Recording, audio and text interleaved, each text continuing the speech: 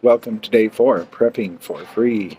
David, the preparedness therapist. We're going to talk about a really fun topic today, um, how to get out of your home in case of an emergency. Sometimes this emergency may be a chemical spill, it might be invasion, it might be some earthquake. Whatever the case, you're going to have to learn to get out of your home and away from your property in a safe manner. So let's talk about that.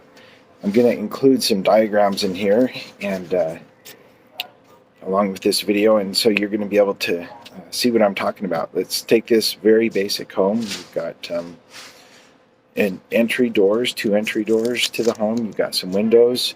You've got a backyard. You've got some landscape in that backyard. You've got a deck, trees and bushes, and a perimeter fence around the back of your property.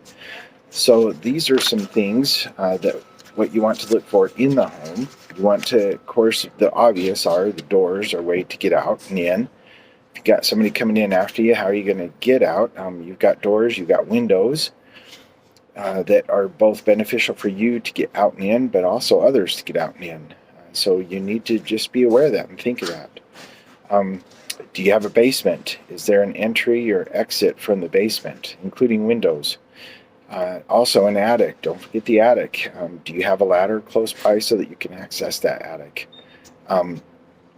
You might want to consider putting some sort of a secret room in, or I say secret room, just something that you just really don't access a whole lot.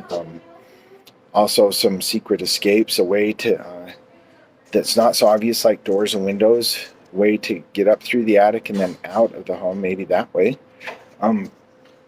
So those are some things to consider when you look around your home. I want you to just become more familiar with your home and go over in your mind if different emergencies were occurring.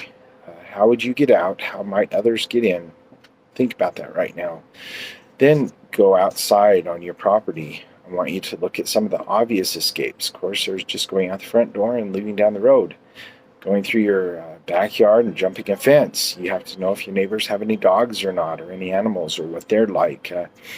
Is your neighbor a gun owner, and is he going to be trigger happy and shoot?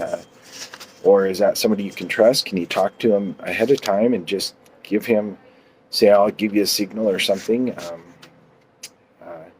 so that you don't shoot me when I'm coming over?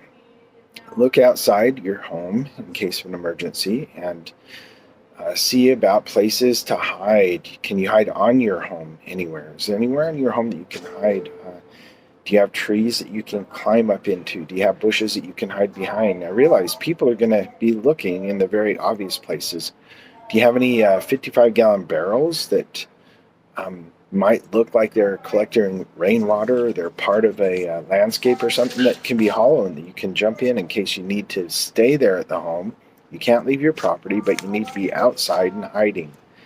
Can you dig a little room in the backyard somewhere and cover it up and just have some kind of light, some kind of air to get in there, and maybe a little bit of food and some water in there, and maybe a container to use the restroom if you need to.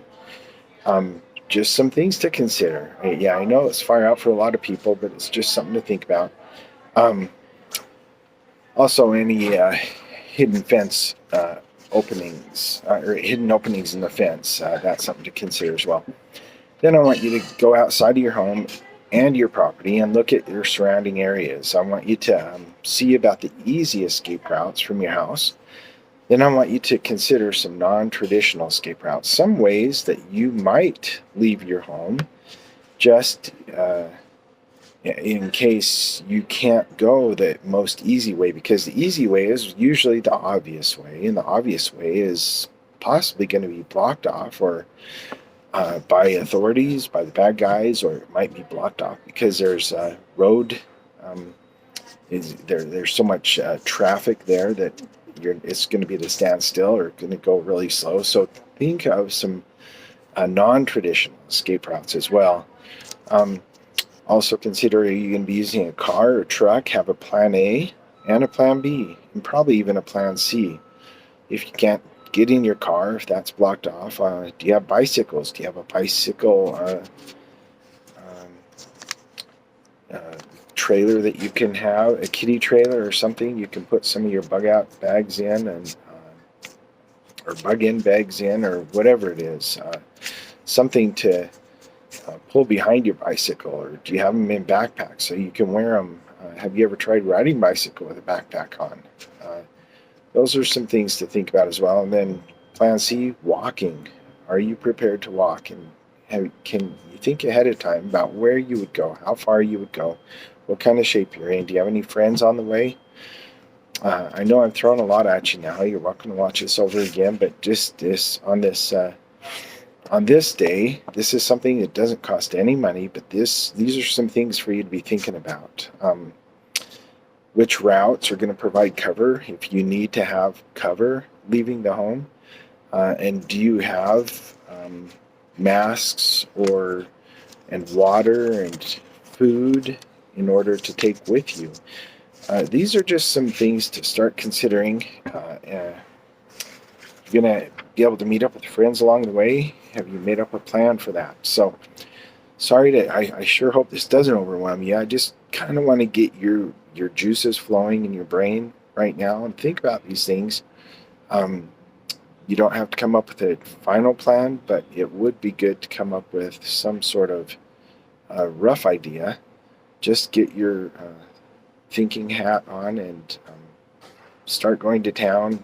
Bring your spouse, your family, and friends in with you and think about this together. Then write it down. Keep some notes in your notebook with your pencil that I've asked you to get, and keep track of it. Thanks for watching. Check in tomorrow.